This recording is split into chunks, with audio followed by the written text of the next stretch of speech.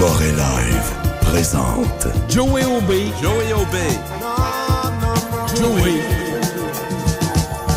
Mon cher Joey, en ce mardi, comment ça va? Yes, sir. Ça va bien, Dom, toi? Très bien. De quoi tu nous parles ce matin? Écoute, je suis moins dans le niveau de l'actualité, malgré que c'est quand même assez pertinent. C'est un sujet qui me tient beaucoup à cœur par définition. J'ai vu passer ça hier, en fait. Ça, j'aime beaucoup écouter, comme toi d'ailleurs et beaucoup d'auditeurs, l'émission de Stéphane Bureau à Télé-Québec. Une époque formidable qui avait beaucoup de sujets. Puis je te dirais, contrairement à la majorité des émissions style talk show, discussion, je pense qu'on est une des meilleures qu'on a présentement, alors qu'il ne fait que sa job. Là. C'est ça qui est le plus drôle là-dedans. Hein. On ne sait pas du super effort. Mais il a fait un segment qui est sorti hier sur les réseaux sociaux qui s'appelle « Homophobie au Québec. Pourquoi ce retour en arrière? » Je ne sais pas si on a des extraits de ça, d'ailleurs. Je sais que tu en avais envoyé à Dom. Je ne sais pas son où. Je ne sais pas quand tu veux les jouer. Dom Dumas c'est censé le savoir. Fait qu'on s'en est parlé un peu avant. Call les shots et Dan part le gun. Yes, parfait. Moi, j'ai tes extraits. Fait que tu as juste à me dire extrait 1, extrait 2, je les ai. Parfait. Fait que c'est ça. Fait qu'en gros, pour mettre un peu en contexte, il y a un an, je vous dirais jour pour jour, en janvier 2025, Gris Montréal, en fait, ce qui est comme ce qu'on appelle le groupe de recherche et d'intervention sociale, qui est un OBNL, qui c'est ça qui parle beaucoup d'enjeux LGBT, tout ça, ils ont fait une étude sur les jeunes au Québec, les jeunes adolescents, gars comme filles, partout à travers le Québec et pas seulement à Montréal, pour savoir si au niveau de l'acceptation de l'homosexualité au Québec, comment ça va en 2025. Et ils ont découvert, en fait, l'étude qu'elle nous montre, c'est qu'il y a une montée d'un malaise. On dit bien par rapport à l'homosexualité. Mais encore là, on se dit, OK, un malaise par rapport à quoi? Et à l'époque, il y a un an, quand cette étude-là a été faite, même pas une semaine ou deux avant même que l'étude complète soit publiée, Gris Montréal fait une conférence de presse durant les médias. Ça gueule, ça tombe aux conclusions tout de suite. Et ça dit pas mal la même chose que l'extrait qu'on va vous aller entendre, le premier extrait numéro 1 à l'instant. Avant, l'éducation, ça venait de la famille et de l'école. Grosso modo, c'était les deux piliers. Maintenant, vous avez parlé des réseaux. Je suis obligée. Oui. Je suis obligée. Les vilains réseaux. Mais les vilains réseaux sont tellement présents que dans les questionnaires, les jeunes nous citent leurs influenceurs. Si vous voulez savoir ce que je pense de l'homosexualité, demandez à Andrew Tate, qui est une figure du masculinisme. Donc, on ne peut pas faire abstraction des réseaux. Donc, un individu ou deux hyper influents sont capables de changer une culture. Mais il fait tellement des mules, oui, quelque part. Oui. C'est un concept qu'on appelle la panique morale, en fait, où une minorité va devenir au centre de toutes les discussions. Et c'est une panique morale qui est totalement infondée? Absolument. L'heure du conte, par exemple, on parlait des drag queens. Barbada fait l'heure du conte depuis plus d'une décennie. Ça n'a jamais dérangé personne. Et à un moment donné, soudainement... Tout d'un coup, ça devient, mon Dieu, nos enfants sont en danger. Donc, ce que vous entendez, c'est Mme Marie Ouzo, qui, elle travaille à Gris Montréal, puis elle avait extensément dit la même chose il y a un an, puis elle l'a répété, bien évidemment, à l'émission de Bureau.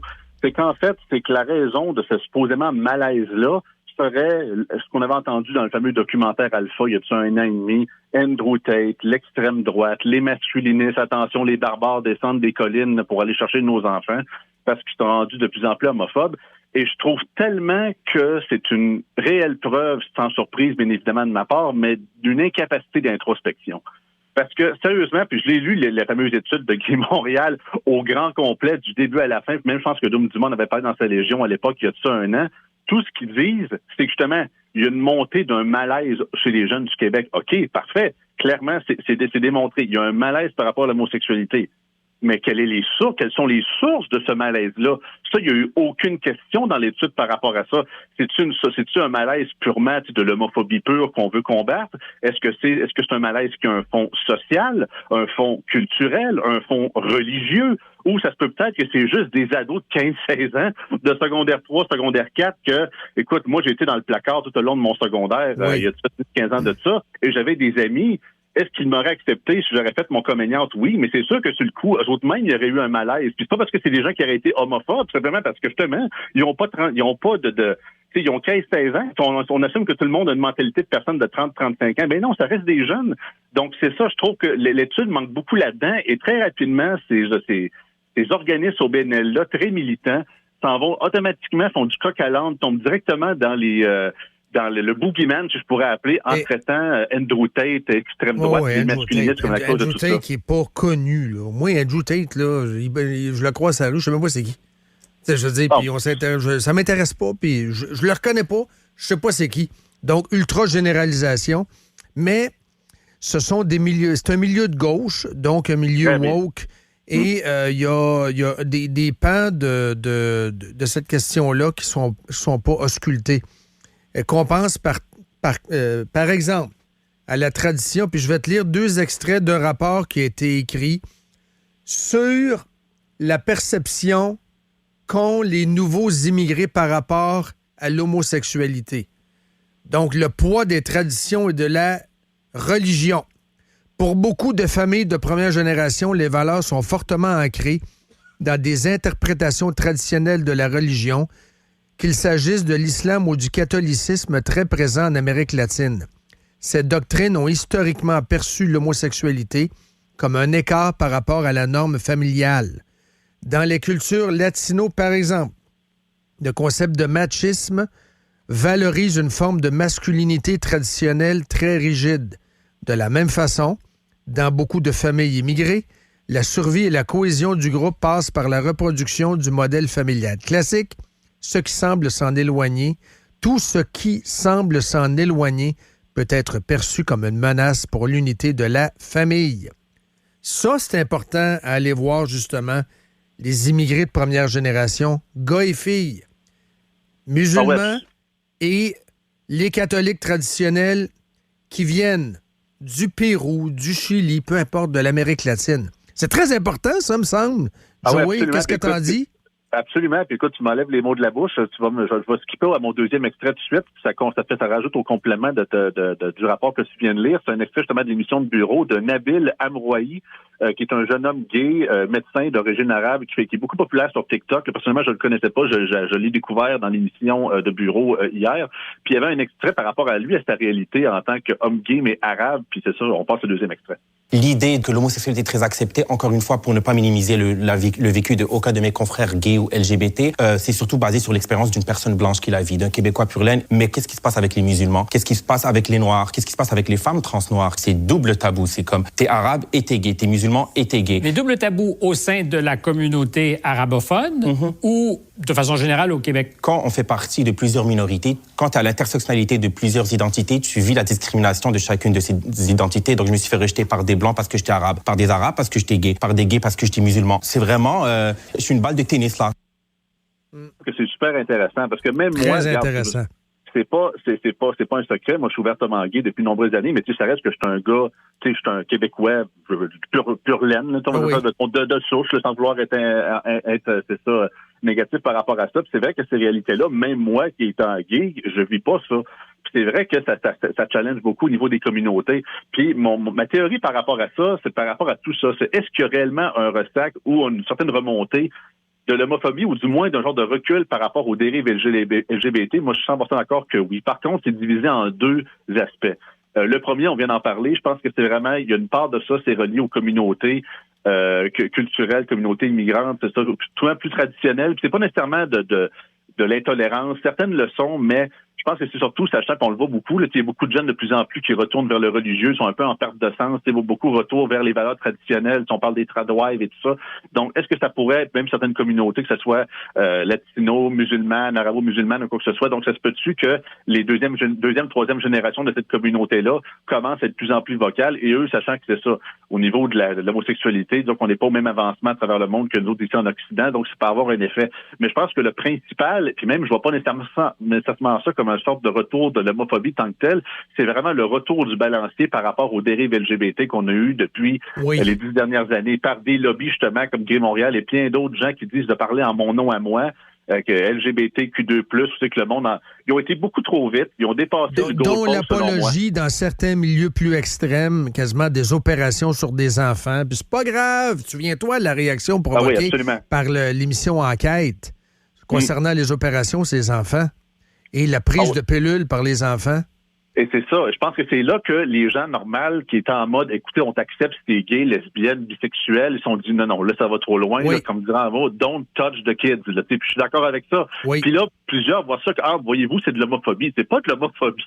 c'est juste du gros bon sens. Puis c'est aussi à force d'achaler. Il y avait des études aux États-Unis qui avaient des jeunes enfants au secondaire qui commençaient à déchirer des drapeaux arc-en-ciel. Ben, c'est sûr que si tu le vois 200 jours sur 365, il y a le Christy de drapeau arc-en-ciel, puis on te parle de ça tout le temps. À un moment donné, tu pognes ton 2 minutes, tout et tout, puis je les comprends d'être à bout. Là, tu penses que c'est au-delà de pas accepter leurs amis qui sont peut-être potentiellement gays ou lesbiennes, c'est qu'à un moment donné, à force de se faire achaler tout le temps avec ça, alors que la majorité des causes sont gagnées du moins en Occident, puis on devrait davantage focusser nos efforts dans les endroits aussi encore très discriminés, comme en Afrique, en Asie du Sud-Est, au Moyen-Orient. On continue à vouloir frapper sur le genre de peut-être 5% de réels homophobes qui existent, un peu comme l'histoire des non-vaccinés durant la pandémie. On veut absolument les avoir, mais finalement, ça faisait l'effet inverse. Donc, il y a un genre de retour de backlash, un retour du balancier par rapport à ça. C'est pour ça qu'on voit d'ailleurs les collectifs Eros, que ce que Johan Power, le gars le français que tu as reçu, starté en France, que Gays Against Groomers aux États-Unis, également le mouvement LGB mondial qui est dans de plus en plus de pays. Si tu vois même des gens comme moi, des personnes LGBT, qui sont comme ce mouvement-là, ne nous représente plus, un peu comme le Conseil du statut de la femme, qu'on s'entend dessus, qui vous consulte pas beaucoup, mesdames, pour prendre leurs décisions. Bon. C'est le même principe. À un moment donné, il y a comme un schisme qui est en train de se créer. Puis après ça, puis t'as des mouvements comme aujourd'hui, comme Gris Montréal et bien d'autres, que bien évidemment, sachant qu'ils sont dépendants de subventions du fédéral et du provincial, jamais ils vont vouloir remettre ça en question puis de se dire que la job est faite. Ils vont toujours crier au loup puis dire que l'invasion s'en vient pour toujours avoir davantage de financement. Donc, je pense qu'il y a un réel problème par rapport à ça. En tout cas, je voulais quand même l'amener parce que je pense que ça mérite d'en parler puis à un moment donné, tourner autour du pot puis dire que c'est la faute d'Andrew Tate. Puis regarde, je suis pas fan de ce gars-là puis je pense que oui, les réseaux sociaux peuvent avoir un impact, mais je pense que clairement, on fait exprès de se mettre des œillères d'en face pour voir la réalité, tu sais. On a voulu embarrasser les joueurs du Canadien, tout le monde en parle. Hein, gars, ils n'ont pas répondu sur le film sur les gays qui jouent au hockey. Donc, il y a un malaise. Non, moi, je pense qu'humblement, il ne l'avait pas vu. C'est un navet. C'est un navet, ça. Il ne l'avait pas vu. Les gars sont occupés. Ils ont un job, là. Ils pratiquent, puis ils jouent au hockey. Je veux dire, c'est pas de l'amusement, là. C'est un job. Puis si tu ne performes pas, tu vas avoir un moins bon contrat lors de la négo. Les gars se regardant en voulant dire, de qui parle, lui? C'est quoi, là, cette affaire-là? Perso, j'ai vu, c'est l'algorithme de Facebook qui m'a envoyé des clips de cette série-là. J'avais même pas écouté. Puis personnellement, d'autant que le script est assez poche, par contre, je suis assez content qu'on voit quand même une forme d'homosexualité quand même, je dirais, masculine. Là, de mon point de vue, là, on voit souvent, bien évidemment, là, une version souvent très efféminée, très tes cheveux mauves et tout ça. Ouais, c'est-tu réaliste? Ben, je trouve que je suis davantage plus à l'aise à avoir une dépiction de relations homosexuelles de cette manière-là que de ce que je vois de manière très stéréotypée depuis les 10 dernières années. Ça fait longtemps, personnellement, en tant qu'homme gay, que j'avais vu ça de cette manière-là. Donne-moi un exemple de stéréotype d'il y a 20 ans par rapport à la dépiction, même si c'est un mauvais français, c'est pas du français, là, mais on parle pour se comprendre, là, de cette série-là. Donne-moi des exemples de trucs qui font en sorte qu'aujourd'hui, tu trouves que cette série-là est réaliste dans les scènes d'homosexualité, de rapprochement, on va le dire comme ça, par rapport à il y a 20 ans. C'est sûr qu'en même temps, c'est ça. Donc, dans le niveau du hockey puis au niveau du sport, je comprends que c'est encore tabou, puis c'est vrai que ça ouvre la porte à certains trucs, mais autant que j'ai pas de nom tout de suite à te donner un exemple de série en tant que tel, mais tu sais, je suis tout ouvert, comme tu as dit. Non, mais des scènes, sans parler de films ou de... des scènes un peu grotesques ou un peu folkloriques, d'homosexualité. C'est souvent, on sort d'un bord gay, puis c'est souvent les personnes homosexuelles très, très, très efféminées. Puis je dis pas que ces gens-là n'existent pas. Il y en a, par contre, de dire un peu, personnellement, puis c'est aucunement pour y envoyer des mauvais commentaires. Moi, je les appelle les Alex Perron de ce monde. C'est Alex Perron, je l'adore. Il était dans la télévision québécoise pendant plus de 30 ans. Mais il est très coloré, puis il était extroverti. Exactement. Comme dans ton cas, toi...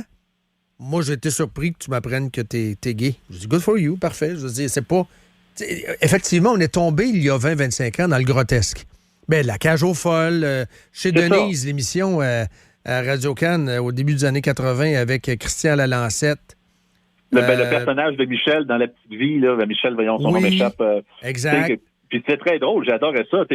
Encore là, c'est ultra stéréotypé. Puis encore là, est-ce qu'il y a des gays qui sont comme ça? Oui, mais est-ce que c'est l'entièreté des personnes gays ou lesbiennes? Pas du tout. Fait que c'est pour ça que je trouve que c'est un genre de retour aux sources, que oui, des gays, ça peut exister, mais justement, qui sont encore masculins, puis que tu ne douterais pas quand ils te parlent, puis ils disent deux mots ou dans leur gestuelle, comprends-tu? Fait que je pense qu'il y a un mélange des deux, je serais d'accord avec ça, mais qu'on monte juste d'un seul côté, je pense que c'est pas nécessairement... Ça sent le folklore et ça sent la généralisation. Absolument. Peut-être juste en terminant, donc c'est ça, hors sujet complètement, faire une plug finale, tu sais, on s'en était parlé il y a quelques semaines. Oui, avec Joanne, le 20e anniversaire, raconte. Exactement, c'est ça, notre événement pour le 20e anniversaire du documentaire d'Illusions tranquilles, notre soirée projection-discussion qui est ce vendredi, le 13 février à la Seine-Le Bourgneuf avec Joanne. Donc, on réécoute une version updatée de l'Illusion tranquille avec les stats du jour, version 2025-2026.